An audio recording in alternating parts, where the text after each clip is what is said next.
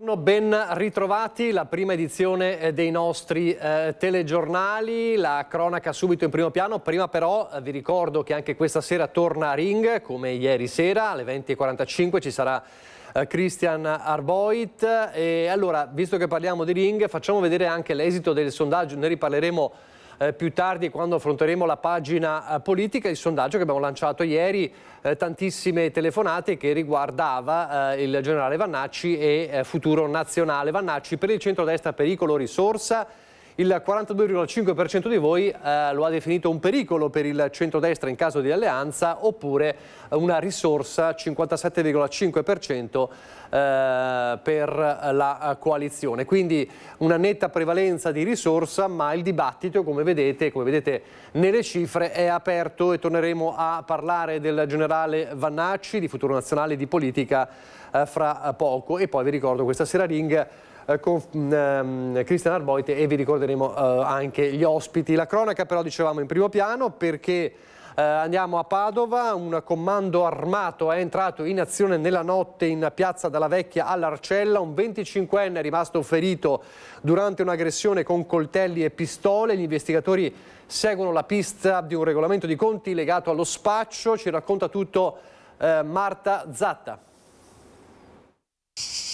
Sembrerebbe esserci un regolamento di conti per la gestione della piazza dello spaccio. Il motivo alla base della violenta aggressione avvenuta la scorsa notte proprio qui in piazza Della Vecchia, nel quartiere Arcella a Padova. I residenti della zona sono stati svegliati di soprassalto nel cuore della notte. Era circa l'1 di notte quando hanno sentito rumori di spari e urla provenire proprio dalla piazza. Subito hanno dato l'allarme al 113. Sul posto sono arrivate 3 pattuglie, però a quel momento i malviventi erano già scappati. A terra solo un giovane di 25 anni di origine nordafricana, rimasto ferito con un'arma da taglio. È stato soccorso sul posto. L'uomo era già conosciuto alle forze dell'ordine per precedenti di spaccio e per reati contro la persona. Lo dicevamo, alla base l'ipotesi è quella di un regolamento di conti. Le forze dell'ordine ora sono sulle tracce dei malviventi che sono scappati dal luogo del fatto.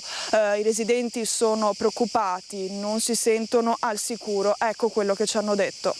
Questa piazza c'è un brutto giro, lo ammetto, perché io esco spesso anche di sera col cane, appunto esco col cane, da sola non mi fido di uscire di casa. È sempre stato così? E negli ultimi anni è un po' peggiorata la situazione. Ci sono anche molti spacciatori. Le forze dell'ordine passano molto spesso, si fermano, controllano, però non è sufficiente. Lei non si sente quindi al sicuro? No. Ci sono stati dei periodi peggiori in cui, uscendo anche con il cane la sera, c'erano numerose persone poco raccomandabili. Ultimamente sembrava un po' più tranquillo. A me onestamente hanno sfondato i vetri della macchina un mese fa, ricoverata all'interno del parcheggio, per cui lascio a voi le considerazioni. Uno si sente sicuro, però poi magari effettivamente non lo è. No, non ci sono abbastanza controlli, no, hanno messo anche le telecamere, ma no, passa qualche pattuglia ogni tanto, ma niente di che. Quindi lei non si sente al sicuro? No, no. I miei figli escono, ma sempre allerta, e cercate di tornare a casa sempre in compagnia, perché non si sa mai. Neanche alla sera lei non esce? No, io no. No, sempre accompagnata, sì, certo, se bisogna poi. Da quanti anni vive qui? Da 20 anni. Ed è cambiata in questi 20 anni la situazione? Sì, in peggio. C'è di tutto e di più. Urla, sbraiti, schiamazzi. Sappiamo il problema di questa piazza, che purtroppo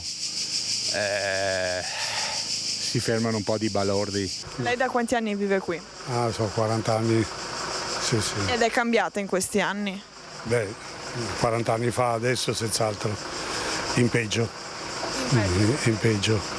Ma perché dice in peggio? Perché troppe culture messe insieme e concentrate, più che altro, non fanno bene.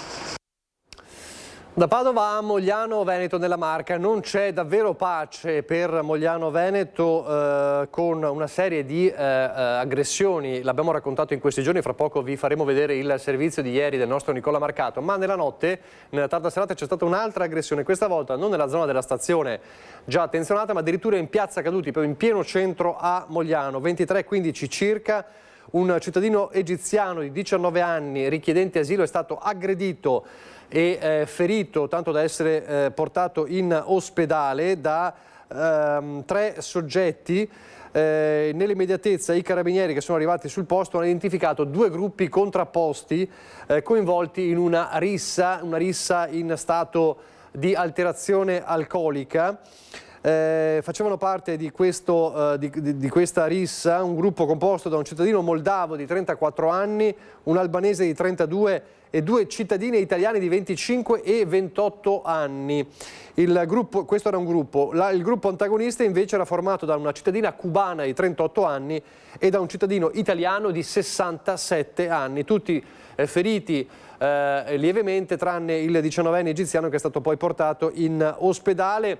Un'area, lo sappiamo, piazza Caduti a Mogliano, che ha dotata di telecamere di videosorveglianza. Le immagini sono state acquisite dai carabinieri per accertare le responsabilità. Tutti i soggetti residenti a Mogliano, ma certo una rissa violenta in pieno centro paese, dopo che da giorni l'area della stazione e anche di piazza Duca d'Aosta è stata oggetto di violenza. Allora torniamo a parlare del 25enne moldavo che era stato preso a sprangate in testa da 2 giovani nordafricani. I 2 soliti noti hanno colpito ancora, ahimè. I carabinieri stanno facendo un grandissimo lavoro, li stanno incastrando e ci saranno insomma sicuramente delle conseguenze serie per questi 2 che, alterati ogni volta sotto effetto di sostanze stupefacenti, commettono queste violenze che sono assolutamente inaccettabili. Inseguito e colpito alla testa con una spranga. A Mogliano Veneto cresce la preoccupazione dopo l'ennesima aggressione. Sabato notte un 25enne moldavo, dopo un breve diverbio, è stato rincorso da 2 giovani, accerchiato e colpito alla testa con una sbarra di ferro. Gli aggressori sono poi fuggiti, lasciando il ragazzo ferito in strada. Ho sentito delle urla delle persone che appunto si stavano, come si dice, si stavano menando e sono andati avanti per circa 5 minuti fino a che poi non è arrivata una guardia della CDS. Allora i ragazzi sono scappati. L'ambulanza è arrivata circa dopo 20-25 minuti, i carabinieri circa dopo una quarantina, e da quel che si è capito sembrerebbero essere sempre i soliti 2 ragazzi che stanno causando problemi. Un'escalation che segue quanto accaduto solo pochi giorni prima, quando 3 persone erano rimaste ferite in una serie di aggressioni tra la stazione e il centro. Lì hanno aggredito l'aiuto cuoco che è finito in ospedale. Qui seduto vicino a noi c'era un signore che è intervenuto, a cui è stato picchiato e è finito in ospedale con la testa aperta. Abbiamo chiesto l'intervento di ambulanza, carabinieri. Questi ragazzi stavano scappando tirandoci dietro oggetti, dopodiché sono tornati con un'altra coppia, un ragazzo e una ragazza, e hanno aggredito anche i miei amici, hanno tirato un pugno in faccia alla mia amica e hanno picchiato poi il suo ragazzo che è intervenuto per difenderla. Il sindaco Davide Bortolato ha ricontattato la prefettura chiedendo la convocazione di un tavolo sulla sicurezza. L'obiettivo è ottenere un potenziamento delle forze dell'ordine sul territorio. Sarebbe bello avere una tenenza a Mogliano perché assicurerebbe maggior presenza di forze dell'ordine, specialmente nella zona della stazione. Ci sono stazioni che hanno meno utenti di Mogliano, qui nel Veneto, che hanno addirittura un presidio fisso della Polfer. Averlo anche a Mogliano sarebbe il massimo. Queste erano le parole del sindaco ieri e proprio nella tarda serata, come dicevamo, un'altra rissa violenta, questa volta addirittura in centro, in piazza Caduti. Quindi l'attenzione e l'appello del sindaco Bortolato alla prefettura chiaramente si rafforza ancora di più. Ancora la cronaca, siamo a Vicenza però, perché 5 persone sono state arrestate dalla squadra mobile e anche dalla Guardia di Finanza per l'incendio avvenuto il 26 marzo 2025 in un bar tabaccheria della città berica, arrestati perché appiccarono l'incendio per riscuotere l'assicurazione. Gli indagati sono accusati dal Tribunale Vicentino di incendio aggravato continuato, violazione dei sigilli e fraudolento danneggiamento di beni assicurati. Incendio che era scoppiato nell'esercizio commerciale che si trovava al piano terra di un edificio condominiale e la polizia aveva riscontrato che non c'erano segni di effrazione delle vie di accesso e locali. Mesi prima, l'11 novembre 2025, qualche mese dopo, era stata denunciata l'intrusione nel locale da parte di sconosciuti che avevano violato i sigilli apposti all'immobile in seguito al provvedimento di sequestro della Procura. Nella notte tra il 27 e il 28 gennaio 2026, quindi quest'anno, c'era stato un altro incendio negli stessi locali. Le indagini hanno portato ad accertare la responsabilità in entrambi gli episodi del gestore e del suo nipote, che si sarebbero avvalsi di complici provenienti da Reggio Calabria, che avrebbero dunque appiccato le fiamme con lo scopo di conseguire gli indennizi assicurativi. Così dunque le indagini della squadra mobile di Vicenza e anche della Guardia di Finanza. Carabinieri che invece a Belluno hanno trovato in una casa un vero e proprio arsenale, addirittura bombe della seconda guerra mondiale ancora efficienti, e quindi un sequestro, quello dei carabinieri, che ha messo al sicuro tutte le case del vicinato che sarebbero potute essere coinvolte in caso di una accidentale esplosione. Armi, esplosivi e droga. Il nucleo operativo radiomobile ha portato a termine una vasta operazione conclusasi con un arresto in flagranza di reato, una denuncia in stato di libertà e sequestri di eccezionale rilevanza.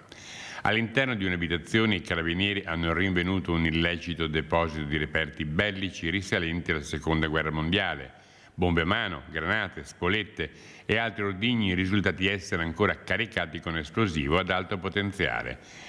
Nel garage della casa, invece, occultati all'interno di 2 grossi scatoloni, sono stati sequestrati 2 kg di marijuana già essiccata.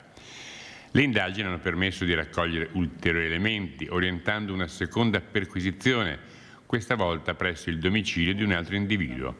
All'interno della seconda abitazione i militari hanno rinvenuto e sequestrato una granata di tipo shrapnel, 4 pugnali e una baionetta illecitamente detenuti.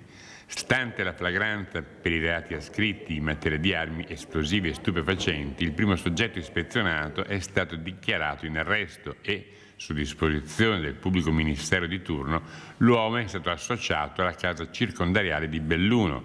Il secondo è stato deferito in stato di libertà. A Venezia torna, semmai se n'è andato l'allarme aggressioni al personale ACTV, è una piaga che riguarda tutte le province, ma in particolare il personale ACTV. Nel weekend in 2 sono finiti al pronto soccorso, una marinaia aggredita da un venditore abusivo e un controllore colpito alla testa da un giovane che era appena stato multato.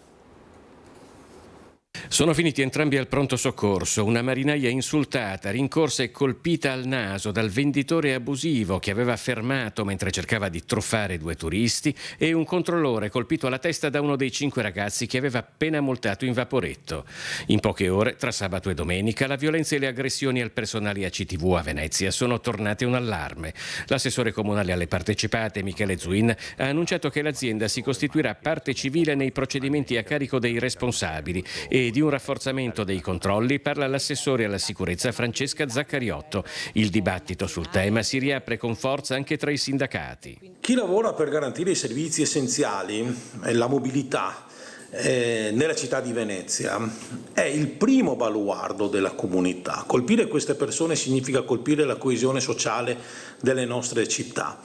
Chi lavora fa un servizio essenziale e deve poterlo svolgere nel miglior modo possibile, senza avere paura di dover andare al lavoro. Il segretario generale aggiunto della FIT CISL Veneto, Marino De Terlizzi, chiede un ulteriore sviluppo della videosorveglianza, iniziando a sperimentare in modo volontario le bodycam. La FIT CGIL di Venezia chiede che parte dei profitti di ACTV vengano riutilizzati, almeno in parte, per la sicurezza di lavoratori e cittadini. Il dibattito rimbalza anche in Consiglio regionale. La Dem Monica Gianluca Sambo, vicepresidente della Commissione Lavoro, denuncia il clima di crescente tensione che il personale del servizio pubblico vive quotidianamente. In realtà oggi chi aggredisce il personale del trasporto pubblico va incontro a conseguenze molto più severe di prima. Laura Besio, consigliera regionale con delega speciale su Venezia, Laguna e Porto Marghera, ha presentato una proposta di modifica del codice penale che è poi diventata effettiva grazie a un emendamento del senatore Raffaele Speranzona al decreto legge sicurezza. Pene più severe, in alcuni casi arresto obbligatorio in flagranza e procedibilità d'ufficio. E inoltre questa tutela è estesa non solo nei confronti di chi opera a bordo dei mezzi, ma anche di chi opera per esempio nei pontili, nelle infrastrutture di servizio, piuttosto che nelle stazioni. Tutele che fino a pochi mesi fa non esistevano, e questo è il dato importante. Ed è la dimostrazione anche che quando ci sono battaglie che nascono dal territorio, queste possono dare forma e gambe effettivamente a leggi capaci di dare una risposta. Intanto a Venezia l'altra piaga, tra le tante anche quella dei borseggiatori e delle borseggiatrici. Allora capita che un negozio chiuda per aggressione. Andiamo da Ilaria Marchiori insieme a Sandro Ponchio. Buongiorno Ilaria. Sì, buongiorno anche a te Nicola, buongiorno ai nostri telespettatori. Ci troviamo qui in Calle Barcaroli, zona Frezzaria a San Marco, e vi facciamo vedere proprio il cartello che è stato affisso qui nel negozio di Arrigo Cipriani, la bottega di Arrigo. È scritto chiuso per aggressione, perché che cos'è successo? L'episodio risale a sabato pomeriggio. Le due commesse di questo negozio già da tempo avvisavano le loro clienti di fare attenzione perché questa è una delle zone più battute dalle borseggiatrici, e quindi ovviamente avvisavano le loro clienti di tenere le borse chiuse proprio per non farsi derubare da queste persone. Loro se ne sono accorte, le hanno minacciate per giorni, dopodiché sabato sono addirittura passate alle mani aggredendole con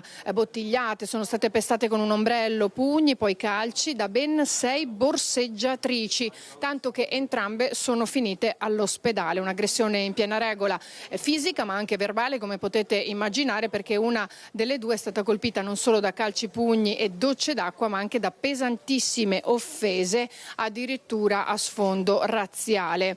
Ora loro non parlano, hanno rilasciato brevi dichiarazioni. Una addirittura detto la collega ha avvisato i clienti, le persone si trovavano nei paraggi, risposta che poi loro hanno iniziato ad offenderci, insultarci. Quando la mia collega è uscita ha detto di smetterle, l'hanno minacciata e offesa con pesantissimi insulti anche razziali. La manager è stata accolta anche da un forte attacco di panico, è stata una cosa che non pensavo mai di vedere in vita mia, ha detto, soprattutto sul luogo di lavoro. Ora si sono rivolte, come potete immaginare, ad un legale che ha preso in mano la situazione, e nei prossimi giorni sicuramente arriveranno ulteriori notizie. Il negozio è rimasto chiuso ieri, come vedete è chiuso anche oggi, ma resterà chiuso ancora per qualche giorno, probabilmente per tutta la settimana. Il fenomeno dei borseggiatori, delle borseggiatrici non si arresta nonostante quello che si sta facendo, che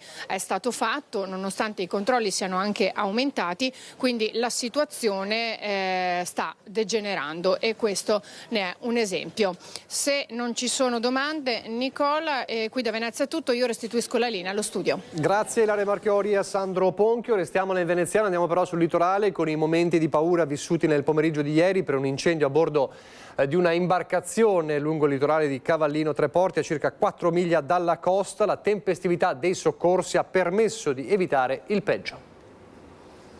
Prima lo scoppio di un'esplosione e poi una fitta e densa colonna di fumo, visibile anche a parecchi chilometri di distanza. Attimi di terrore nel pomeriggio per un incendio che è improvvisamente divampato a bordo di uno yacht di circa 15 metri in navigazione al largo del litorale di Cavallino Tre Porti, davanti alla spiaggia di Cabararin, a circa 4 miglia di distanza dalla costa. Il decisivo intervento del conducente di una piccola imbarcazione del diporto è riuscito a mettere in salvo i 2 occupanti a bordo e un cane, illesi prima che le fiamme prendessero il sopravvento. Paura anche perché a bordo c'era una bombola di gas, forse 2, che avrebbero innescato l'esplosione, ma tutto si è risolto fortunatamente per il meglio. Sul posto sono intervenuti i vigili del fuoco, anche con i sommozzatori di Vicenza, personale della Capitaneria di Porto e Guardia Costiera di Venezia, del SUEM 118, ma tutto si è risolto per il meglio, senza feriti.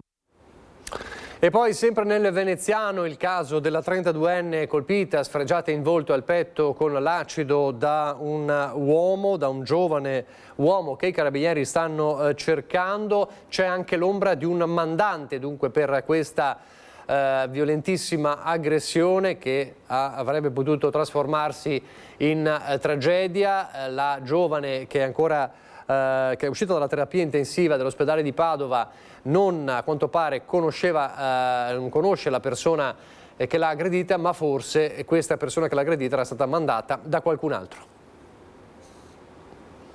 Lei la prima cosa che mi ha detto: sono viva. Però adesso per bene non si rende conto ancora della gravità del fatto che c'è stato. Però è proprio... cioè cerca di sdrammatizzare. Perché anche ieri che l'ho vista le ho chiesto come stai, lei dice bene, ho detto sai che stanno parlando di te, le TV, ha detto mamma mia per questa cosa, cioè non capisce la gravità di quello che c'è stato. A parlare è la mamma della 32enne che la scorsa settimana è stata aggredita da un ragazzo che le ha lanciato addosso una bottiglietta contenente un liquido corrosivo a Peseggia di Scorzè. Ricoverata nel centro Grandi Ustionati di Padova, è uscita dalla terapia intensiva e fuori pericolo, ma la ripresa sarà lunga. Sono ustioni di secondo grado, più profondi un po' meno. Comunque l'importante è che sia uscita dalla rianimazione e adesso è in reparto in questa terapia semi-intensiva dove la stanno curando al meglio. Non ha leso né occhio né naso, perché il naso è gonfio esternamente sì, e né cavità orali. Hanno fatto l'esame all'interno, non l'ha ingerito, per fortuna.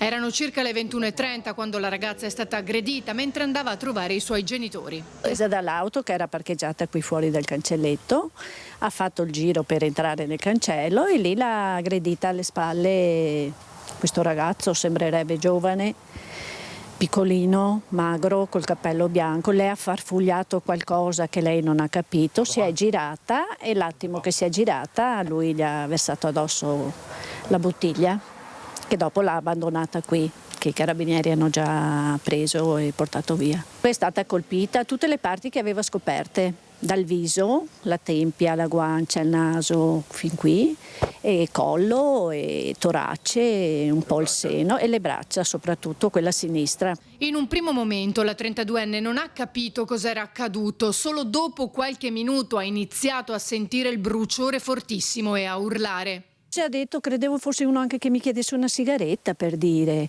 Cioè le è piombato alle spalle, farfugliando qualcosa. Lei si è girata e l'attimo era a piedi, perché una signora che passava dopo l'ha visto scappare, non ha visto l'atto quando l'ha fatto in sé, però l'ha visto scappare a piedi. Anche la testimone è rimasta scioccata. Ho sentito un urlo all'improvviso, aiuto, aiuto, mi sono girata, ho visto un ragazzo che scappava e poi è giunto un altro ragazzo con il cane, guardavamo questa ragazza che si agitava, che urlava brucia, brucia. Un gesto che avrebbe potuto avere conseguenze ben più gravi, su cui i carabinieri stanno indagando, ascoltando testimoni, scandagliando i filmati delle videocamere, soprattutto private, ricostruendo i movimenti della giovane che sostiene di non aver riconosciuto quella persona. Ci meravigliamo proprio per questo, perché non era una ragazza da dire scontrosa, che non ci diceva le cose. Lei, se qualcuno gli chiedeva qualcosa, lei era sempre disponibile. Questo è una cosa che ci fa ancora più riflettere,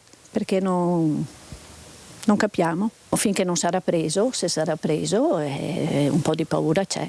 Il sindaco però, soprattutto in virtù delle indagini in corso, invita alla prudenza, evitando di creare allarmismi. Non ci sono oggi elementi per creare un allarmismo pubblico e occorre avere rispetto per lei, che sta vivendo un momento di grandissima difficoltà, per la famiglia che la sta sostenendo, e poi anche rispetto per le indagini che arriveranno, secondo me, anche a un buon risultato. L'aggressore potrebbe avere le ore contate. Adesso a Mussolente nel Vicentino con un 53enne che arriva addirittura a perdere una gamba dopo essersi ferito mentre tagliava l'erba, il dramma nelle scorse ore. Vanessa Vanzato, buongiorno.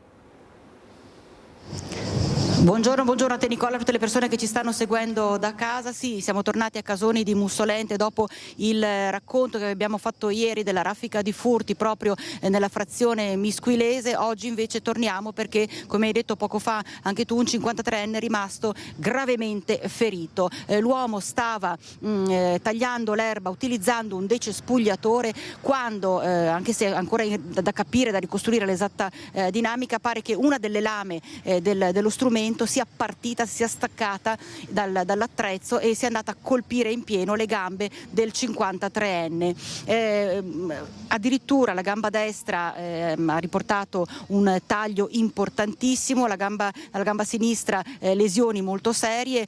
Fortuna è stata che l'uomo abbia iniziato a urlare e, nonostante fosse da solo in casa, i vicini abbiano udito le sue grida. Sono subito intervenuti ed è stato fondamentale questo, perché non soltanto hanno allertato immediatamente il 118, ma davvero hanno evitato il peggio. Quando i sanitari del SUEM di Bassano sono arrivati, hanno ritenuto opportuno trasferirlo al San Bortolo di Vicenza, perché le condizioni degli arti inferiori erano davvero serie. Tra l'altro, Nicola, sino a pochissimi minuti fa si diceva appunto che la gamba era stata amputata. Pare che, ovviamente dobbiamo utilizzare ancora il condizionale perché non si sa ancora con certezza, ma pare che sia stato sottoposto a un intervento chirurgico appena arrivato all'ospedale di Vicenza, e sembra che i medici siano riusciti a salvare l'arto, che ovviamente ha riportato ferite, vogliamo ricordarlo, gravissimi,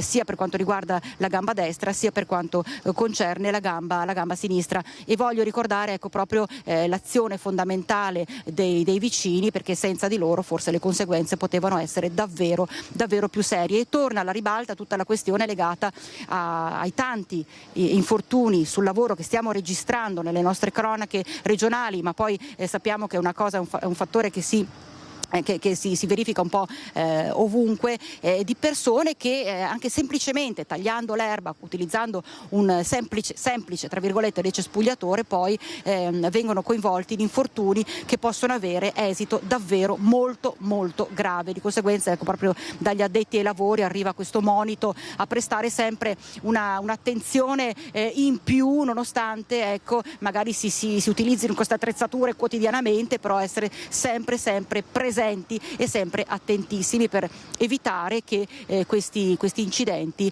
possano davvero portare a conseguenze serie, sempre più serie. Per il momento, Nicola, da Mussolente è tutto, ti ricedo la linea. Grazie a Vanessa Vanzato. Lo dicevi tu, a Mussolente ieri invece la stessa nostra Vanessa ci ha raccontato del raid di furti proprio a Casoni, e in una di questi raid un residente si è trovato il ladro in camera da letto. Mi sono accorto che delle luci che viaggiavano di fronte qua al corridoio, la prima, poi la seconda sono venuti nella porta della camera e hanno girato la luce del cellulare e hanno preso il portafoglio e ho cominciato a gridare e là sono fuggiti. È ancora molto scosso Carlo Orso, che la notte tra sabato e domenica scorsi si è trovato un ladro in camera da letto mentre dormiva con la moglie. Quella di Orso è solo una delle abitazioni prese di mira dei malviventi in una notte che si può definire da incubo per i residenti di via Generale Giardino a Casoni di Mussolente, tra colpi riusciti e tentati nel giro di poche ore. Complici il buio totale e la temperatura elevata di questi giorni, che fa sì che la gente non chiuda del tutto le finestre, i malviventi hanno avuto gioco facile. In questo caso sono riusciti a introdursi in casa da una finestra al piano terra. La finestra è questa? Questa è la finestra, hanno messo 2 pezzi di muglietta stendi biancheria, una qua e una di qua perché non venga giù. Hanno preso i secchi che c'erano dentro di indumenti sporchi, li hanno messi qua fuori, preso la sedia e sono saliti e entrati. E lei se li è trovati in camera? Io me lo sono trovato in camera. Avevano portato fuori le borse che c'erano nell'attaccapanni della moglie e messe là per terra, hanno tirato fuori, non hanno trovato niente e e purtroppo sono venuti su. Quanta paura ha avuto? Abbastanza. Ho chiamato la polizia, è venuta su qua dopo un 10 minuti, quarto d'ora è arrivata. E poi ha fatto il giro, è stata qua fino alle 3, 3 e mezza. Quando alle 3 e mezza è tornata indietro, mi ha portato indietro il portafoglio con tutti che avevano ritrovato. Che avevano ritrovato qua a 500 metri più avanti. Dei soldi, fortunatamente solo 40 euro, non c'era più traccia, ma almeno i documenti e le carte bancarie sono state recuperate. Almeno 3 le persone che hanno agito, da quello che si può capire visionando le immagini registrate dalle telecamere della videosorveglianza di alcune abitazioni della via dove sono passati i malviventi. Cosa servirebbe di più? Di più. I controlli passano qua perché li vedo spesso i vigili, i carabinieri passare, sì. Ma c'è poco da fare. Quando si sospende le luci della strada loro entrano in azione e basta. Intanto le immagini saranno fondamentali per le indagini avviate dalle forze dell'ordine. Allora ne andiamo velocemente in pubblicità, torneremo a parlare dell'allerta caldo ma anche dell'allerta temporali fra pochissimo. Le luci accese di mattina, le finestre chiuse con le tapparelle, nessuna risposta al cellulare. L'allarme è scattato sabato mattina e poco dopo la tragica scoperta, il corpo senza vita di Don Gianni Masina era nella camera da letto della canonica di Beolo a Conselve. Nella stanza c'erano 2 ventilatori accesi. Il sacerdote aveva 84 anni e è stato stroncato da un malore, forse provocato dal gran caldo. Il suo corpo esanime già da molte ore. I soccorritori arrivati sul posto hanno stabilito che era deceduto per cause naturali. Sono stati i parrocchiani a dare l'allarme notando l'anomalia delle luci accese in pieno giorno. Don Masina era molto conosciuto a Conselve, era stato parroco di Beolo e qui era rimasto e continuava a celebrare messa in supporto dell'arciprete di Conselve. È stato necessario l'intervento dei carabinieri per aprire la porta d'ingresso della canonica, chiusa dall'interno. Nella stanza dove si trova il corpo, 2 ventilatori accesi per fronteggiare le temperature torride di queste settimane. Il sacerdote qualche anno fa aveva fatto degli accertamenti che avevano evidenziato delle difficoltà cardiache e forse il caldo record di questi giorni ha peggiorato la situazione. Il caldo intenso degli ultimi 10 giorni ha determinato un incremento degli accessi ai pronto soccorsi dell'ULSS 6 Eugania, con numerosi casi di disidratazione, sincopi e colpi di calore. Il pronto soccorso degli ospedali riuniti Padova Sud ha registrato nel fine settimana 16 accessi per disidratazione e presincope da calore, con un'età media dei pazienti di circa 82 anni. Oltre a 2 casi di ustioni di primo grado da esposizione solare in pazienti giovani. Al pronto soccorso di Cittadella gli accessi sono aumentati del 10% rispetto a un weekend ordinario.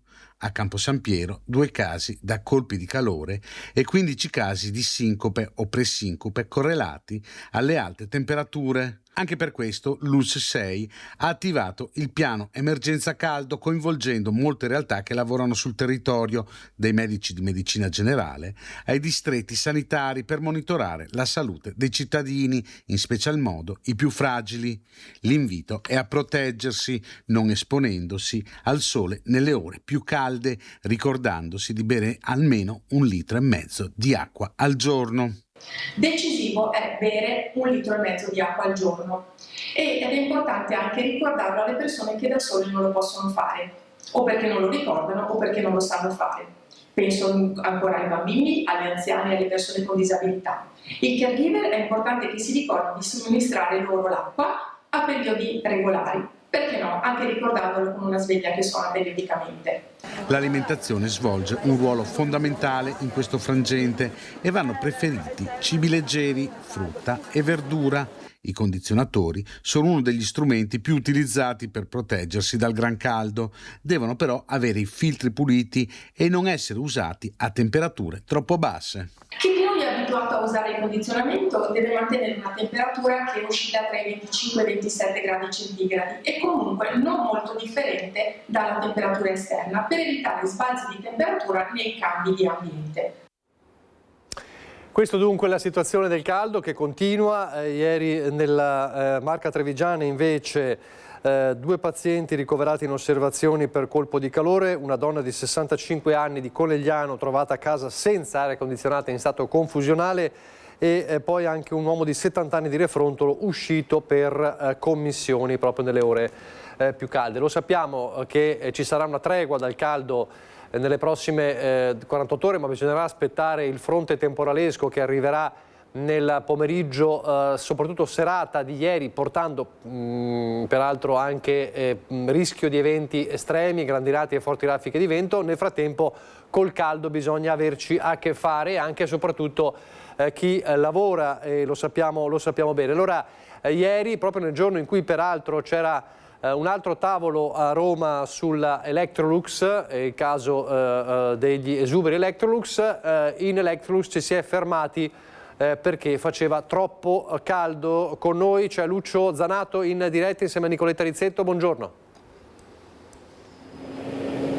Buongiorno Nicola, buongiorno ai telespettatori di Antenna 3, sono con Antonio Rinaldo dell'RSU FIOM CGL qui all'Electrolux, benvenuto e grazie per essere qui sotto al sole. Allora, intanto prima notizia, il tavolo si terrà alle 13 di oggi, naturalmente Frecciarossa permettendo, vero? Sì, i miei colleghi sono ospiti trattenuti dalle Frecce Rosse, sono ancora in treno per i vari ritardi nelle infrastrutture chiaramente, e alle 13 c'è l'incontro al Mimit, il secondo incontro tecnico che si terrà oggi.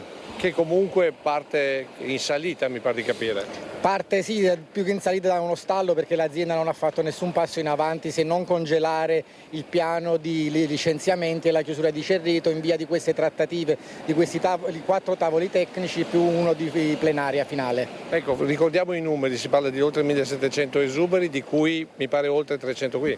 Sono 1719 esuberi in totale nei vari stabilimenti, solo a Susegana di operai ne abbiamo 310 più la parte impiegatizia che non è stata ancora dettagliata. Ecco, tra l'altro voi qui oggi lavorate, ma ad esempio a Porcia dalle 14 hanno deciso di fare sciopero proprio in vista di questo tavolo tecnico. Sì, Porcia oggi è in sciopero proprio in concomitanza con le trattative, noi l'abbiamo fatto 2 tavoli fa, cerchiamo comunque di dare un segnale e pressare all'azienda affinché si smuova dalla sua posizione. Ecco, questo è il secondo tavolo tecnico, poi ce ne sarà veramente uno dietro l'altro per cercare di trovare una soluzione. Assolutamente sì, c'è ogni martedì praticamente da oggi. C'è uno il 7 luglio, il 14 e poi il 21 quello finale di plenaria. Se poi non si sblocca la situazione, cosa pensate di fare? Prenderemo sicuramente una posizione, faremo probabilmente un 2014 2.0 come abbiamo fatto, ci metteremo fuori le fabbriche e bloccheremo finché l'azienda non ritratterà il piano. Senta, qual è il vero pericolo? Che entri troppa meccanizzazione? Cioè perché l'Electrolux dice che ci sono questi esuberi? Eppure mi pare di capire che il pacchetto clienti ci sia anche interessante, soprattutto per prodotti di alta gamma come state facendo voi qui a Susegana. Ma sì, l'Electrolux è in attivo, non è che stia in perdita, è in attivo del 2,8% e mira ad arrivare al 6%, probabilmente arriverà al 6% e mirerà al 9%, quindi non si tratta di un settore che comunque sia in crisi, ma l'Electrolux è viva e vegeta e gode di ottima salute, solo che tendono chiaramente a spostare tutti i prodotti dall'Italia in paesi dove c'è una concorrenza sleale rispetto all'Europa, tipo la Cina, la Polonia e così via.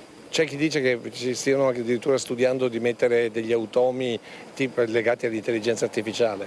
C'è questo rischio, momentaneamente non è nell'imminente, ma c'è il rischio dell'aggressione dell'industria 5.0. Noi siamo ancora a far partire la 4.0, insomma. Ecco, tornando a noi, anzi tornando all'altro tema, voi invece ieri vi siete fermati dalle 17, perché? Ieri alcuni lavoratori ci hanno contattato per il forte caldo che c'è in alcuni reparti dove non sono stati ancora purtroppo installati i rinfrescatori adiabatici e le ventole sono anche abbastanza alte, c'erano punte di 36 gradi con un'umidità abbastanza alta e lavorando insomma a ritmi serrati la situazione non è piacevole. Questi lavoratori ci hanno contattato per chiedere la possibilità di mettersi in sciopero. Dalle 17 ieri sono andati in sciopero e l'azienda dopo qualche ora ha messo in libertà non retribuita i lavoratori della linea 5, facendoli entrare anche stamattina un'ora dopo, sempre non retribuita. Noi stiamo verificando se questa cosa è lecita, contattando anche i nostri legali e comunque abbiamo subito fatto delle lettere per dissentire a questa azione. Il guaio è che oggi si ripete come temperatura.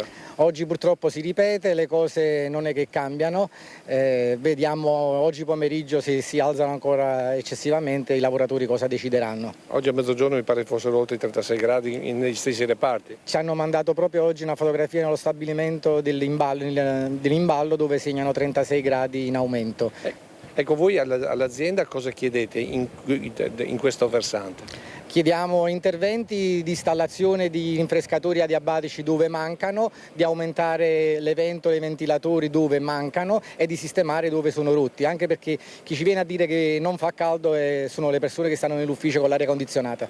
Ecco, appunto, va detto proprio questo, i rinfrescatori adiabatici utilizzano l'acqua del sottosuolo, ma ora che arriva su si riscalda. E poi Nicola fa pensare il fatto che qui si muoia di caldo nello stabilimento di Electrolux di eccellenza per la realizzazione di frigoriferi di alta gamma, quindi lo stabilimento del freddo. E con questo ti restituisco la linea. È davvero un paradosso, come dici tu. Grazie a Lucio Zanato, grazie al rappresentante della RSU, e quindi poi vedremo anche l'esito del tavolo oggi a Roma, ma restiamo sul caldo con i problemi anche delle scuole. Le abbiamo raccontato qualche giorno fa quando ANIEF, che è l'associazione che riunisce insegnanti e formatori, aveva scritto una lettera urgente all'ufficio scolastico regionale per cercare misure urgenti proprio per il caldo. Ci sono scuole in attività con esami di medie e superiori, ma il problema anche per gli asili nido. Ad esempio a Selvazzano cresce la preoccupazione per la situazione di un nido e una scuola dell'infanzia senza aria condizionata. Climatizzatore che non va, quindi i bambini sono molto sudati, sono affaticati a causa del caldo che non si riesce a sopperire con i deumidificatori e i ventilatori messi all'interno. E oltre al disagio della situazione è un problema anche di salute. Caldo record che non dà tregua ai bambini di nidi e scuole dell'infanzia aperte in queste settimane a pieno regime per i centri estivi, ma che si trovano a fronteggiare ondate di calore che rendono le aule bollenti. La preoccupazione di questa mamma insieme a tanti genitori del centro dell'infanzia L'Aquilone di Selvazzano, che negli ultimi anni, a riproporsi delle alte temperature estive, segnalano la situazione di disagio climatico dovuto ad un impianto di raffreddamento non adeguato.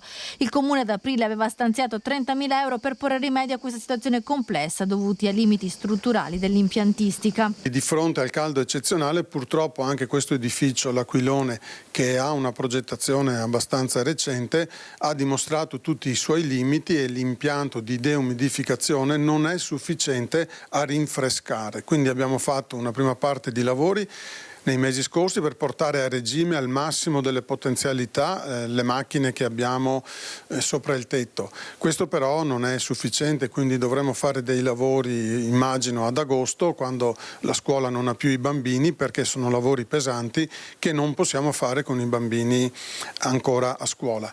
Nel frattempo abbiamo provveduto con delle macchine, dei condizionatori portatili, a rinfrescare gli ambienti. Attualmente nel centro dell'infanzia è installata esclusivamente un'unità deumidificante non in grado di raffreddare sufficientemente i locali con le temperature crescenti di questi giorni, come racconta anche una nonna che va a prendere il nipotino. Lui è sudatissimo e io di più, perché solo per mettergli i sandalini si suda, cioè proprio da morire dentro. I lavori da fare sono impegnativi e dovrebbero svolgersi ad agosto con la scuola chiusa. Già in passato abbiamo segnalato con nessuna risoluzione, speriamo che sia l'anno buono questo, che così i bambini anche da settembre, immaginiamo che a settembre ci sia ancora caldo, stiano meglio, e anche soprattutto l'anno prossimo, che nel momento in cui inizi il caldo non ci siano ancora una volta le problematiche e che si parta dall'inizio. Anche in un altro nido di Selvazzano la situazione è difficile, le temperature si abbassano a fatica nelle aule.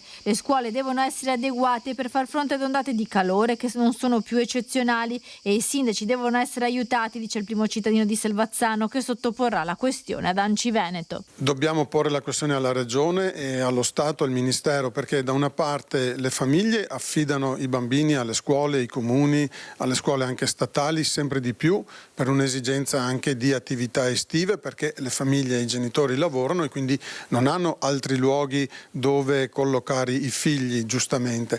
Dall'altra le temperature stanno diventando sempre più ordinariamente caldissime e quindi non è più un fatto eccezionale, e noi abbiamo edifici che hanno 70, 80 anni, 40 anni sulle spalle, pensati, costruiti con tecnologie e con materiali che molto spesso, come si vede, segnano tutti i loro limiti. E c'è sicuramente il caldo tra le cause della tragedia che si è consumata sabato a San Biagio di Callalta sul Piave, con il giovane morto annegato. L'altra concausa è la violazione della regola del bagno che non si può fare in una zona pericolosa come quella del Piave. 2 vittime nel giro di poche settimane nel nostro fiume Piave. Ricordo che la balneazione nei nostri fiumi è vietata con una legge che risale al 2008. Dopo le ultime tragedie nelle acque del Piave, la provincia di Treviso rilancia la campagna di sensibilizzazione per ricordare che fare il bagno nel fiume è vietato e soprattutto estremamente pericoloso. Il caldo spinge sempre più persone a cercare refrigerio lungo il Piave, ma il fiume continua a nascondere insidie spesso sottovalutate. Dopo i recenti incidenti mortali, la provincia di Treviso rilancia la campagna informativa in italiano e in inglese per ricordare che la balneazione è vietata e per spiegare i pericoli presenti nelle acque del fiume. Provincia di Treviso che già l'anno scorso aveva fornito tutti i comuni rivieraschi di un kit informativo in duplice lingue, in italiano e in inglese. Oltre a questo abbiamo lanciato già da questo fine settimana una campagna social che già ha avuto più di 20.000 visualizzazioni e tante condivisioni, e pertanto chiediamo a tutti di poter fare da cassa di risonanza e di rilanciare la campagna informativa. Correnti improvvise, fondali irregolari, ostacoli sommersi, acqua molto fredda e massi scivolosi sono solo alcuni dei rischi che possono trasformare un bagno in tragedia. Pertanto invito tutti i cittadini a non recarsi lungo i fiumi, perché oltre a essere vietata la balneazione è pericolosa, si rischia la vita. Allora, il caldo è la situazione di cui stiamo parlando anche in questi servizi. L'altro fronte è quello dell'arrivo dei temporali che si sono già verificati nel Bellunese, tanto da portare a una frana sulla strada regionale 48 delle Dolomiti. Ieri il traffico è stato chiuso in entrambe le direzioni. Vigili del fuoco che sono intervenuti nel comune di Cortina d'Ampezzo a seguito del distacco che, come vedete, ha invaso la sede stradale. Per fortuna non ci sono state né veicoli né persone coinvolte, ma la circolazione è stata interdetta con blocchi attivi a monte e a valle del dissesto, dalla località Pocolla e dalla cima del passo Falzarego, e quindi primi effetti anche in montagna con le frane sulla strada regionale 48 in questo caso. Adesso invece apriamo un'altra pagina, e purtroppo è una pagina dedicata a un'altra piaga che ci riguarda da vicino, e cioè le tragedie lungo le strade, a partire dalla morte di Don Francesco Andreoli e il giovane Alberto Fioretto, le vittime qualche giorno fa del terribile schianto della tragedia all'interno della galleria della superstrada pedemontana tra Malo e Castel Gomberto. Venerdì ci saranno i funerale congiunto delle 2 giovani vittime. Ieri sera una fiaccolata a Schio con tantissime persone per ricordarli. Silenzio, un fiume di 10.000 persone che ha popolato le strade di Schio snodandosi lungo le vie del centro. È stata tutta la comunità a fermarsi per un momento di cordoglio dopo la morte di Don Francesco Andreoli e del giovane animatore Alberto Fioretto proprio nel giorno del santo patrono. Un lutto che da giovedì ha investito la città portando all'annullamento di tutti gli eventi legati alla festa patronale. Tutta la comunità scledense ha voluto esserci in quel cammino silenzioso segnato da lacrime, ricordo, vicinanza, stringendosi attorno alle famiglie e all'oratorio salesiano. È stato un momento davvero di raccoglimento per tutta la città. Alla fiaccolata hanno partecipato migliaia di persone, migliaia di cittadini, ed è stato un momento importante proprio per star vicino tra di noi, star vicino alle famiglie. Io volevo ringraziare tutti i cittadini di Schio, perché quando serve Schio c'è. Quando serve i cittadini di Schio sono a esprimere una grande solidarietà in un silenzio assoluto, un silenzio che ha permeato tutta la nostra città in questi giorni, ma un silenzio importante, vero, autentico, che ha espresso i più grandi sentimenti di vicinanza, di solidarietà, di fratellanza. Un fiume di persone preceduto da una frase di Don Bosco: uno solo è il mio desiderio, vedervi felici nel tempo e per l'eternità. Una partecipazione più numerosa del previsto, così come quella attesa per il funerale congiunto di Alberto e Don Francesco, la cui data più probabile è venerdì nel tardo pomeriggio al Pala Romare. Schio ha dato una straordinaria dimostrazione di umanità.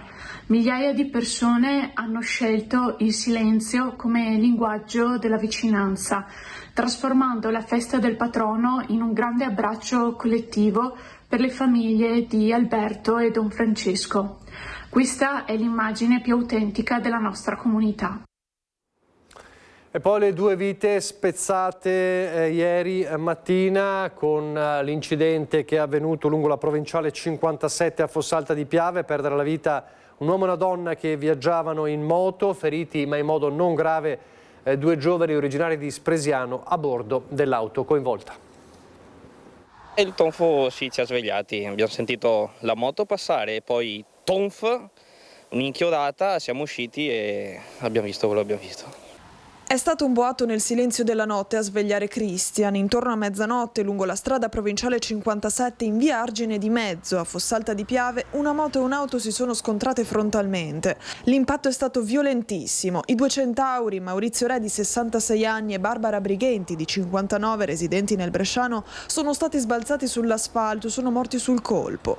Quando Christian è uscito di casa ha capito subito che era successo qualcosa di gravissimo e ha chiamato subito i soccorsi. Quando ho sentito il tonfo sono uscito di casa e ho visto la macchina parcheggiata qui e la moto in fondo aggrovigliata dentro il guardrail e per terra c'erano i due centauri in mezzo alla strada. Inutile l'intervento dei sanitari arrivati sul posto anche con l'elisoccorso. Per i 2 non c'era già più nulla da fare.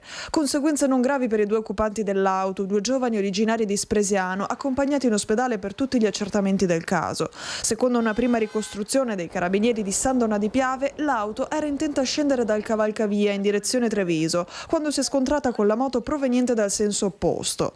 Resta ancora da chiarire cosa abbia provocato il violento impatto. Gli investigatori hanno sequestrato entrambi i mezzi e sono ora al lavoro per ricostruire l'esatta dinamica dello schianto, valutando anche la velocità con cui i veicoli stavano percorrendo quel tratto di strada dove troppo spesso i limiti non vengono rispettati. La gente comunque continua a sfrecciare. Abitando là basta niente e la macchina ci viene dentro in casa. Sulla parte alta del cavalcavia, nel momento in cui hanno la visibilità chi viene da una parte e dall'altra, si azzardano a fare i sorpassi. Noi che abitiamo qui, tutti quanti noi, nel momento in cui dobbiamo prendere, girare, svoltare, dobbiamo mettere la freccia su, diciamo, la parte alta in modo che tante volte ci sorpassano ugualmente. Quindi è una zona molto pericolosa. Inutile quindi il limite dei 50 km/h imposto dal sindaco su quell'arteria che continua ad essere luogo di violenti incidenti. La scorsa settimana, solo qualche chilometro prima, in un altro incidente stradale, 2 persone rimasero ferite. Per questo l'invito del sindaco alla massima prudenza. Le insidie e i pericoli ci sono sia in auto, tanto più chiaramente in moto, ma anche nell'uso della bicicletta. Noi come amministrazione stiamo lavorando con i ragazzi su questo fronte perché è importante che comincino ad essere responsabili e consapevoli già da piccoli di quelli che sono i pericoli della strada. Un'altra tragedia, sempre ieri sulla regionale Feltrina, siamo nel Bellunese, in uno scontro frontale tra un camion e un'auto. Il conducente dell'auto è morto, si tratta del 76enne Mario Gozzer, originario di Cinisello Balsamo in Lombardia. Il frontale è avvenuto tra le frazioni di Santa Maria e Quero, in comuni di Sette Ville, e per l'uomo non c'è stato nulla da fare. Sul luogo, oltre ai sanitari, la polizia stradale e i vigili del fuoco, in corso di accertamento ovviamente le cause del sinistro. Un'altra vittima invece ad Azzano Decimo, lungo la A28, con un 54enne che ha perso il controllo della moto ed è finito fuori strada. Pianta con la moto e perde la vita a soli 54 anni. È questo il drammatico bilancio dell'incidente autonomo avvenuto nelle scorse ore sull'autostrada A28. La tragedia si è consumata al chilometro 13 nel tratto compreso tra Cimpello e Azzano Decimo in direzione Conegliano. L'uomo di origine polacca stava viaggiando insieme a un gruppo di connazionali in sella alla sua Harley Davidson quando all'improvviso ha perso il controllo del mezzo finendo fuori strada. I compagni che hanno assistito alla scena hanno lanciato immediatamente l'allarme ai soccorritori. Dei primi rilievi effettuati dagli agenti della polizia stradale non risulterebbero coinvolti altri veicoli nell'incidente. Tra le ipotesi più accreditate c'è infatti quella di un malore improvviso che potrebbe aver colto il Centauro mentre si trovava alla guida. Sul posto sono intervenuti tempestivamente i sanitari del 118, ma a nulla sono valsi i tentativi di salvataggio. L'uomo si è spento all'arrivo all'ospedale di Pordenone a causa delle gravi ferite riportate dal violento impatto. Sul posto era stato assistito anche dall'equipe dell'elisoccorso regionale, ma la gravità delle sue condizioni non aveva consentito il trasporto al nosocomio in volo. Le operazioni di soccorso e i successivi rilievi per ricostruire l'esatta dinamica della tragedia hanno provocato inevitabili rallentamenti alla circolazione stradale lungo il tratto interessato. E ancora la sicurezza stradale, torniamo a parlare della morte di Filippo Cortivo, il 15enne di Valliona, investito e ucciso in sella al suo scooter centrato da un'auto a Orgiano. Il padre Flavio denuncia quell'incrocio è pericoloso e va messo in sicurezza. A me personalmente dal 10 giugno è cambiata la vita totalmente. Cerco di avere una forza interiore che è quella che mi dà mio figlio per continuare, visto la sua passione. Abbiamo fatto tutto, avete visto anche sui TG, notizie, filmati, quindi non so neanche io dove trovo tutta questa forza, però è una cosa che è dentro di me e io farò tutto per difendere e per onorare mio figlio, perché lui si è trovato qui in questo punto nel momento sbagliato. È l'incrocio tra via Perara e via Camuzzana ad Orgiano, il luogo dove il 10 giugno scorso ha trovato la morte Filippo Cortivo, il 15enne promessa del karting veneto. Il giovane verso le 13 viaggiava in sella al suo scooter quando è stato centrato in pieno da una Fiat Panda che procedeva dritto e pare a forte velocità e non avrebbe fatto in tempo a frenare, lanciando il corpo del ragazzo ad una ventina di metri più avanti. Il conducente ora è accusato di omicidio stradale. Io l'ho fatta anche personalmente questa strada, ho provato a mettermi nei panni di mio figlio e anche di altri e vi posso garantire che se questa strada fosse stata messa un po' in sicurezza con un dosso, un limite di velocità o anche una rotonda al limite, questo incidente così grave non sarebbe successo. Ecco perché ora il padre Flavio, mentre riecheggia ancora il clamore dell'evento e la partecipazione di migliaia di persone al funerale di Filippo al campo sportivo di Valliona, ha deciso che la morte di suo figlio diventi un monito affinché non succeda mai più un evento simile. Questo messaggio lo voglio fare a tutti coloro, le autorità che devono intervenire prima possibile, perché qui se non si prende provvedimenti prima possibile può succedere qualche altro disastro. Questo sono convinto, io dico da papà che ho perso mio figlio e avrei voluto tanto che non succedesse, purtroppo è successo, però non deve più ripetersi. Ecco, questo è un messaggio molto importante che rivolgo a chi di competenza. 16 anni, un ragazzino giovanissimo ricoverato all'ospedale di Mestre dopo essere caduto da un albero che ha ceduto. Il comitato di quartiere Pertini lancia un appello: venga fatta la manutenzione prima che accada un dramma. Questo è uno degli alberi, non è il primo e non sarà neanche l'ultimo, che è caduto, si è spezzato.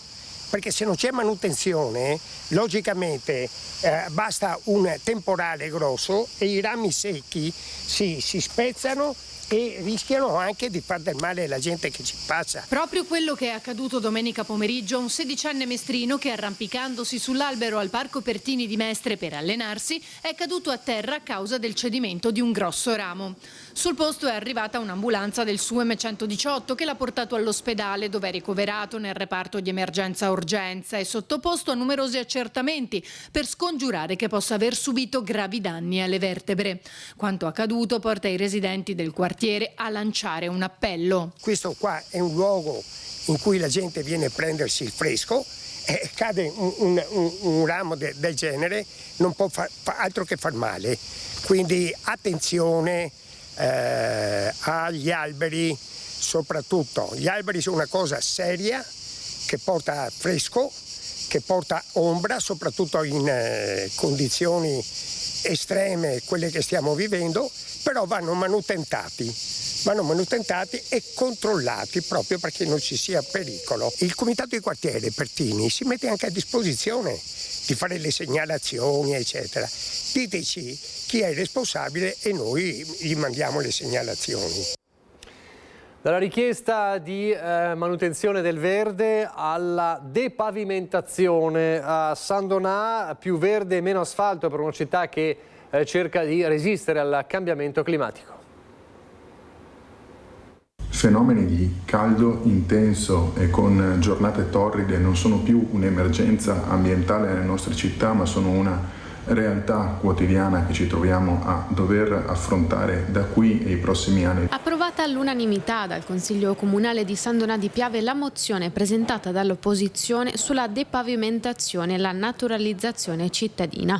Questo significa ridurre le superfici asfaltate e aumentare gli spazi verdi per migliorare la qualità dell'ambiente urbano. Mappare tutte quelle che sono le aree cementificate in eccesso e rimuovere progressivamente superfici che sono dure e calde per lasciare la terra respirare, e successivamente inoltre sarà possibile pianificare, riqualificare o progettare delle aree e degli spazi pubblici che siano pensate innanzitutto con superfici drenanti che possano dare ombra alla popolazione, rispondendo anche a quello che potrà essere un successivo piano del fresco. Uno degli interventi più significativi è già previsto nella zona industriale di via Kennedy.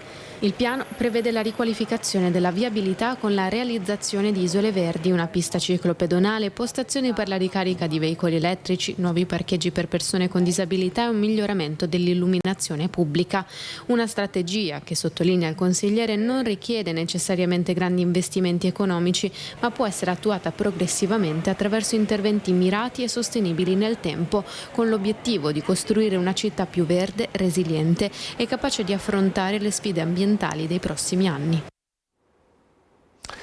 A Fonte adesso, torniamo nella Marca trevigiana. Avevamo raccontato nei nostri telegiornali la storia di Franco Pietrobon, casa e attività sequestrate dalla Guardia di Finanza, e continua a vivere in auto con il figlio perché la casa è stata dichiarata inagibile. Ormai una situazione che dura da un mese.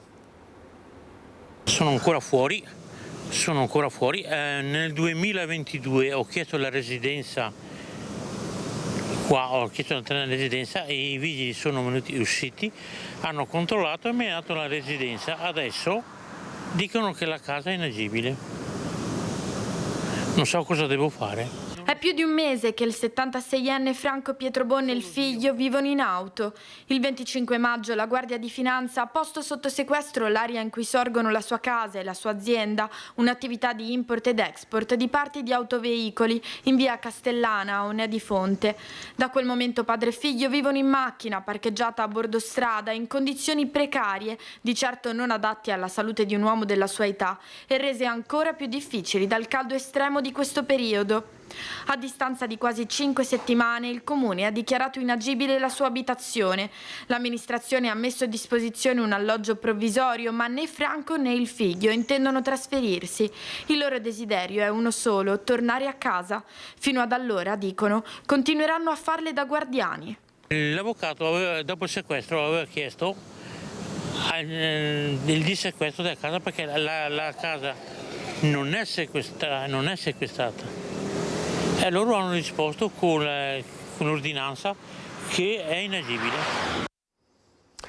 Da Fonte a Valdobbiadene, qui apriamo il conto solo a chi parla italiano. La frase sarebbe stata pronunciata in uno sportello bancario della zona di Valdobbiadene. A denunciarlo un cittadino italiano originario del Brasile, Rodrigo Guisleri. Approfondimenti in corso da parte dei carabinieri.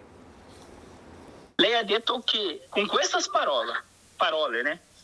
Qua in questi banca só apre conta conto per chi parla italiano. Una sola frase che però su Rodrigo e la moglie Camilla pesa come un macigno. A pronunciarla, stando al loro racconto, l'addetta di uno sportello bancario della zona di Valdobbiadene. L'episodio venerdì, quando i coniugi con la figlioletta di 5 anni si presentano alla filiale. La donna deve aprire un conto corrente per accreditare lo stipendio. Una richiesta semplice ma che viene rimbalzata in malo modo. Come un preconceito mesmo.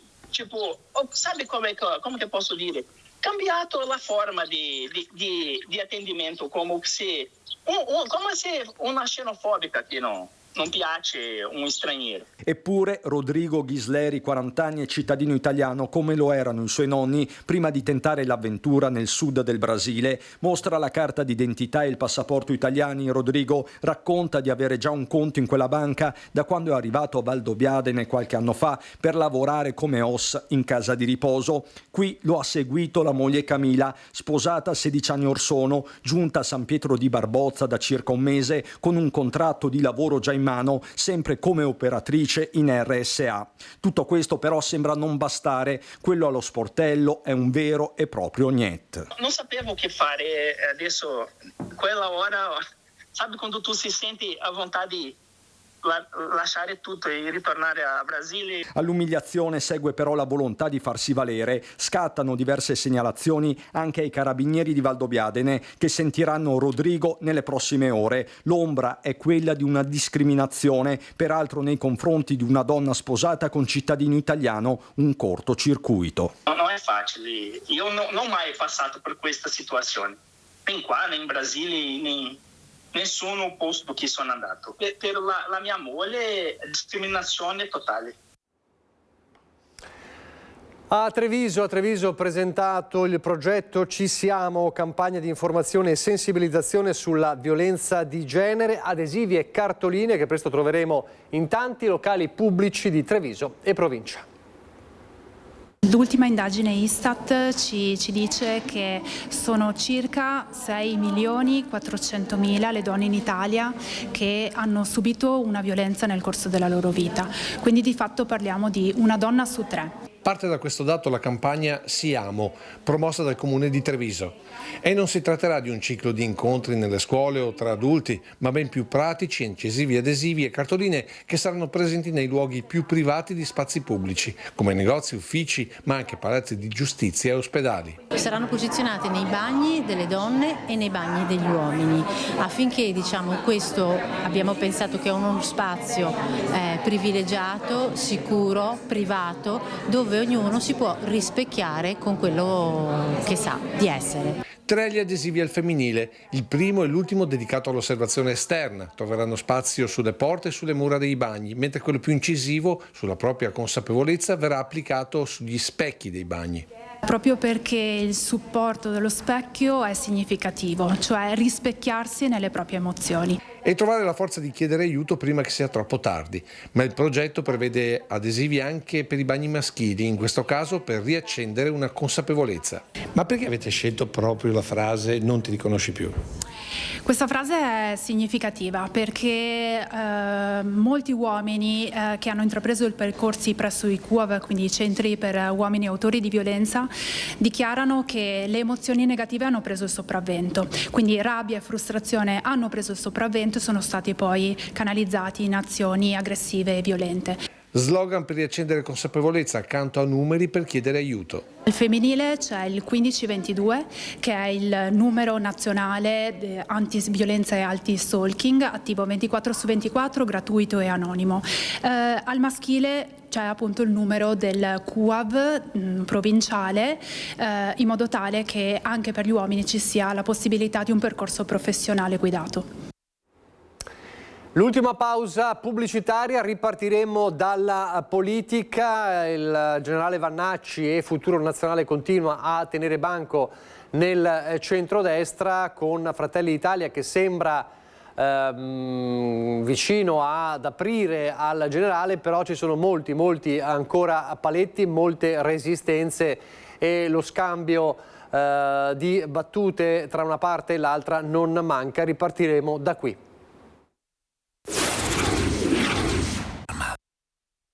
Vannacci in questo momento non sostiene un governo che ha fatto politiche per le famiglie, per le imprese, per le aziende e per gli italiani. Dopodiché ognuno trarrà le sue valutazioni, immagino, e come conosco gli imprenditori, che siano molto più pragmatici di chi pensa che loro si fermino ad uno slogan. Parla di imprenditori il meloniano Luca De Carlo, presidente della Commissione Industria al Senato, perché è proprio agli imprenditori che Roberto Vannacci si rivolgerà giovedì sera a Spresiano, dopo il fine settimana che ha visto protagonista il generale non senza tensioni e polemiche a Vicenza. Se nel capoluogo berico si è parlato per lo più di sicurezza, nella Marca al centro ci sarà l'impresa. Gli imprenditori sono sicuro che gli chiederanno perché il generale non sostiene, o meglio non vota di fiducia a questo governo, che significa voler mandare a casa questo governo, che è il governo che sostanzialmente ha creato in poco più di 3 anni 1.200.000 posti di lavoro, per la maggior parte a tempo indeterminato, che ha portato l'occupazione al record. Resta il fatto che la variabile Vannacci pende come una spada di Damocle sul centrodestra, se Salvini sembra al momento chiudere ad un'eventuale alleanza più possibilista il partito della Premier. In questo momento, De Carlo,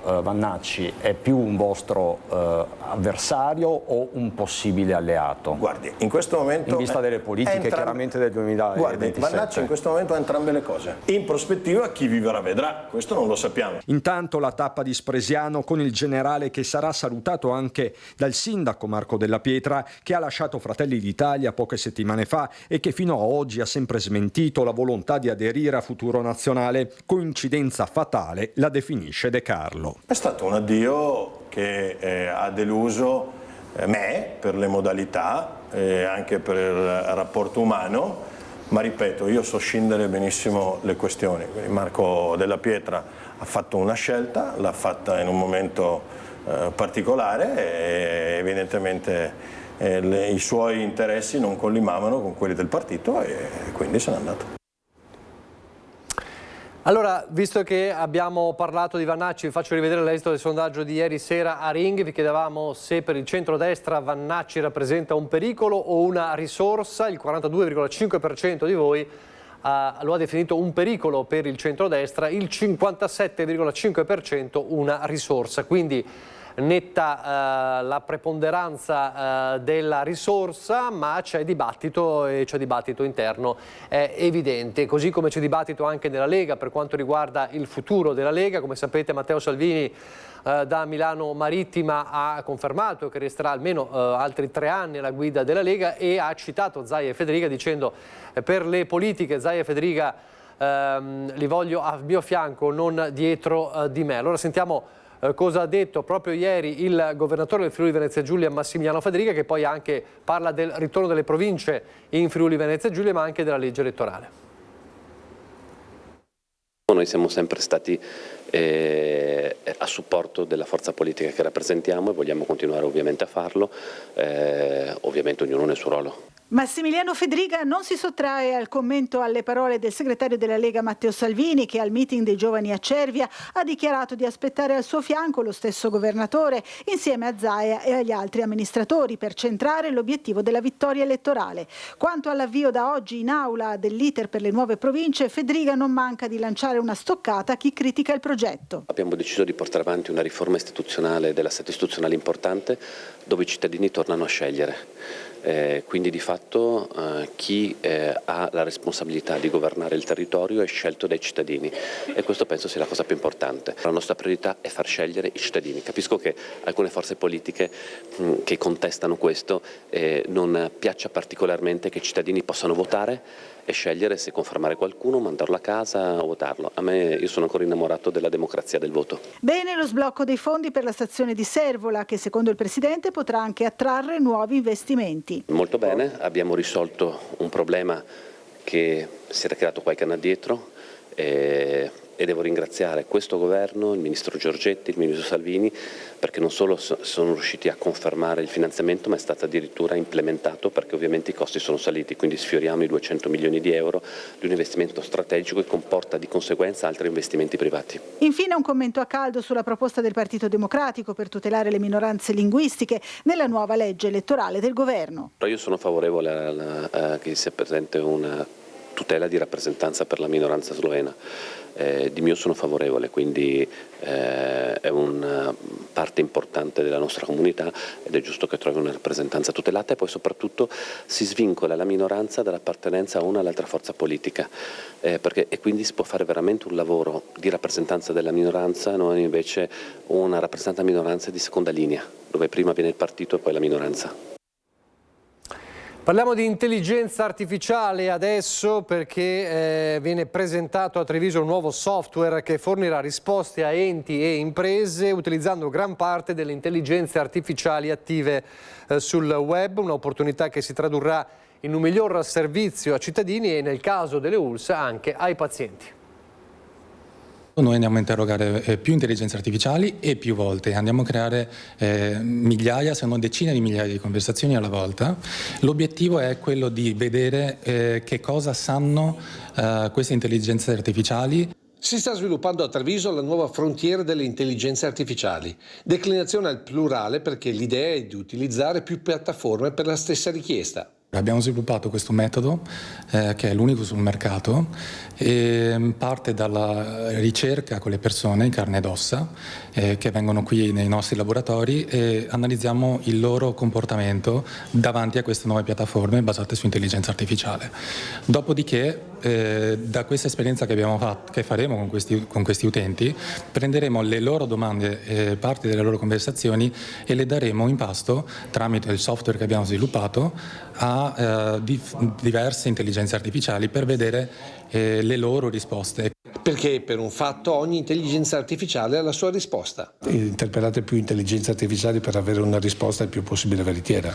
Sì, esatto. Infatti le intelligenze artificiali hanno questo grande cervello elettronico che non è uguale l'uno con l'altro e ovviamente ogni intelligenza artificiale può avere delle sfumature diverse, e non solo sfumature, ma anche dare un'interpretazione di un brand, di un servizio completamente diverso l'uno dall'altro. Risposte che cambiano anche se richieste più volte allo stesso interlocutore virtuale. L'obiettivo è quello di verificare come le intelligenze artificiali, le diverse intelligenze artificiali, perché ce ne sono molte sul mercato, interpretano le aziende, interpretano i loro prodotti e che tipo di risposte danno agli utenti finali. Che possono essere clienti nel caso di imprese private, ma anche di cittadini e pazienti se enti pubblici oppure le USL. Abbiamo anche l'ULSS 2 col quale collaboriamo da tantissimi anni, abbiamo loro che sicuramente avranno cura, avranno interesse soprattutto di questi aspetti del cittadino, come sceglie il cittadino soprattutto in un momento in cui appunto le esperienze nella sanità a volte diventano un po' critiche. Le risposte che daranno a un certo punto questi strumenti che sono appunto gli LLM, quindi tutte le intelligenze artificiali, miglioreranno la loro qualità, la loro precisione, proprio perché andranno a pescare anche dai commenti e dalle recensioni che fanno i cittadini quando scrivono, quando vivono un'esperienza all'interno di un ospedale piuttosto che all'interno di un'azienda privata, e quindi la qualità sarà sempre migliore. C'è un aggiornamento per quanto riguarda le previsioni di maltempo delle prossime ore, allora, che arriva dalla Regione. Oggi pomeriggio e stasera sul Veneto si verificheranno condizioni di instabilità con possibili rovesci e temporali sulle zone montane e su quelle pedemontane, possibili ma più locali sulla pianura specie occidentale, però sarà contenuta la possibilità di fenomeni localmente intensi, quindi rovesci, forti raffiche di vento e locali grandinate. Il problema si ripropone invece domani, lo dicevamo, cioè mercoledì, con i temporali che interesseranno maggiormente anche la pianura, specie dal pomeriggio, con probabilità media di fenomeni intensi. Nel frattempo però permane la condizione di disagio fisico prevalente intenso su tutte le zone fino a martedì e in progressiva diminuzione su domani. Quindi oggi pomeriggio qualche rovescio ci sarà, zona montana e pedemontana, con forse qualche intensità, ma non come invece accadrà domani pomeriggio anche in pianura. Ecco perché il centro funzionale decentrato della Protezione Civile ha dichiarato per domani, 1° luglio, l'allerta gialla per temporali su tutto il territorio regionale. Sarà gialla però anche l'allerta per calore sulle zone di pianura e sulla costa. Quindi questo paradossale binomio dell'allerta gialla sia per calore che per temporali nella giornata di domani, dal pomeriggio in avanti. Questa è la situazione. Chi è che interviene spesso, sempre anzi in supporto per risolvere i problemi legati al maltempo? La Protezione Civile. Bene, da qualche tempo la Protezione Civile di Valdobbiadene, insieme al soccorso antincendi boschivi, può contare su un nuovo mezzo per le loro attività.